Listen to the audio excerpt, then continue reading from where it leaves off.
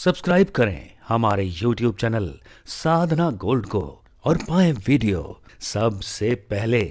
और हाँ, bell icon दबाना ना भूलें।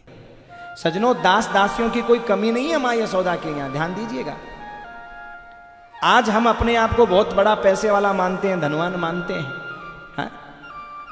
हम चाहते हैं हमारे बच्चे हमारी सेवा करें, पर हम बच्चे को पानी भी नहीं पिलाएं, तो उनमें सेवा का भाव कहां से आएगा? जरा सोचिए।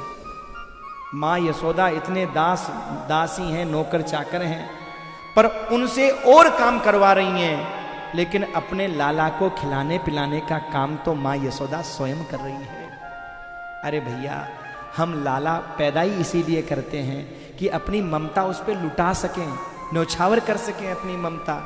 और जब तुम्हारे में ही उसके प्रति ममता नहीं है, तो उस औलाद में तुम्हारे लिए क्या ममता रहेगी? जिसको नौकर चाकर खिलाएंगे, नौकर चाकर नहलाएंगे, नौकर चाकर जिसको रखेंगे, क्या ममता रहेगी? हाँ, क्या तुम्हें प्रेम करेगा वो? तुम मां यशोदा से ज्यादा बड़े हो गए? हाँ, उनसे ज्यादा धनवान हो या उनसे ज्यादा विद्वान हो? मां यशोदा हमें शिक्षा देती है, तुम्हारे पास ज्यादा पैसा है, भले ही नौकर चाकरों से और काम करवा लेना, पर अपनी औलाद को तो अपने हाथों से बना करके ही खिलाना मेरे भाई। क्यों? खिलाने वाले की जैसी भावना होती है ना, खाने वाले की वैसी ही भावना बन जाती है। जब माँ खिलाती है ना, उनके खिलाने में और महाराज कोई और खिलाए उसके खिलाने में अंतर होता है। माँ जब खिलाती है तो ये सोचती है मेरे बेटे को एक दिन में इतना खिला दूं कि एक दिन में महाराज मोटा तगड़ा हो जाए। और कोई खाना बनाता है ना तो गिन करके रोटियां बनाता है, गिन करके। घर में 5 आदमी हैं तो 4-4 के हिसाब से बनाएगा, 4-4 खाएंगे। 20 रोटियां बना लिया, एक एक्स्ट्रा और बना लूँ, चलो कोई बात नहीं। अब महाराज से कोई रोटी खाने बैठा, 4 से 5वीं खा गया, चलो कोई नहीं, एक एक्स्ट्रा थी। और 5वीं से 6ठी खा गया, एक कम पड़ेगी, चलो मैं कम खा लूंगी, कोई बात नहीं। 7वीं खा गया, अब तो बनानी पड़ेगी, 2 कम हो गई। पर मां ऐसा नहीं सोचती है।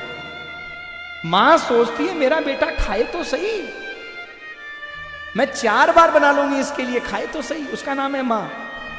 4 बार बना लूंगी इसके लिए मैं, खाए तो सही। हाँ सजनों, मां की कीमत हमें पता नहीं है, क्योंकि हमारे मां है।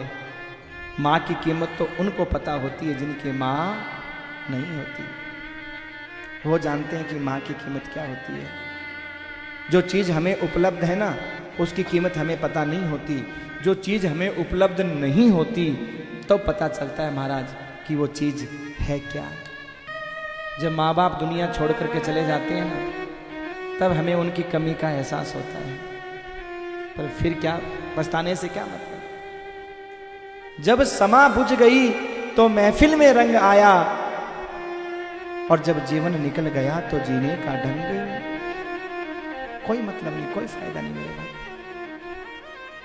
इसलिए अपनी माँ की कीमत समझो मेरे भाई, क्योंकि माँ जब अपनी औलाद को खिलाती है ना, तो वो ये सोचती है मैं एक दिन में खिला पिला करके उसको तगड़ा कर दूं, मोटा कर दूं।